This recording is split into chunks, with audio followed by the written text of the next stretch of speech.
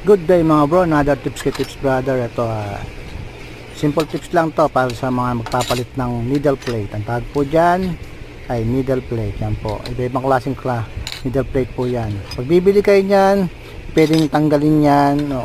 Ipakita doon sa bilihan para siguradong sukat, kasi may mga number niyan.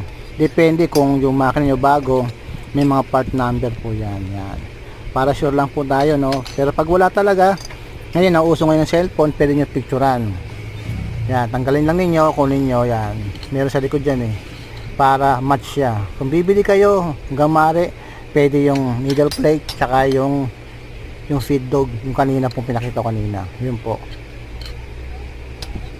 Yan, kasi marami pong klase yan.